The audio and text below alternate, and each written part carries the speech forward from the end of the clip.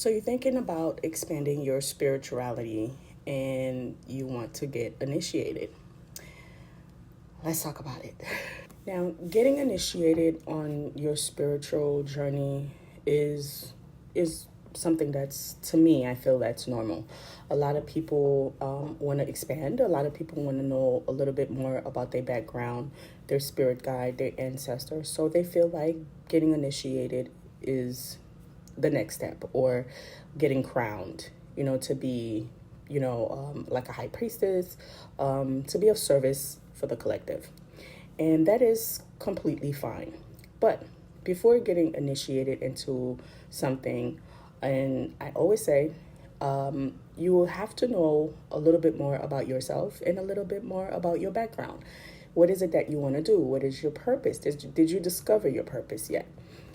If not, initiation sometimes can help. Like for me, I feel like I was always into spiritual stuff, but getting initiated was like the best thing that can ever happen to me. Meaning, when I got initiated into the Haitian culture, the voodoo kanzo, it was something that was a beautiful experience and can be a, a bit challenging sometimes, if you don't have the proper tools and the proper mindset before getting into it. Now, before getting into something, you first have to understand certain things, meaning yourself. I always recommend healing yourself, doing some type of shadow work, learning a little bit more about your background, your spirit guide, getting to know self before committing or getting initiated into something. Because sometimes when you get initiated into something and you was not prepared, you can sometimes become lost. You can completely be lost. So I always recommend getting a reading done, or getting a spiritual coach, to kind of guide you, someone that have gone through it, of course, to kind of guide you on to what to expect, and what not to expect. Is if there's anything that you need to heal or confront emotionally, like any trauma, any heartbreak, anything that has to do with weighing your heart down, that has to do with trauma. I think before getting initiated, you should first deal with that. You should confront that, because not even though not everything is the same. Like I initiated into the Kanzo, the Haitian voodoo, but other people do Ifa and all that stuff, and I don't really know like how the step goes, but I kind of have I have an idea of what it consists of, or what you can expect, because since it is a process, a few days process, sometimes 7 days, sometimes 10 days, it depends on where you're getting it done. And it's a life-changing thing. It's a commitment to yourself. It's learning more, and you have to sometimes unlearn to relearn, like relearning things spiritually the right way.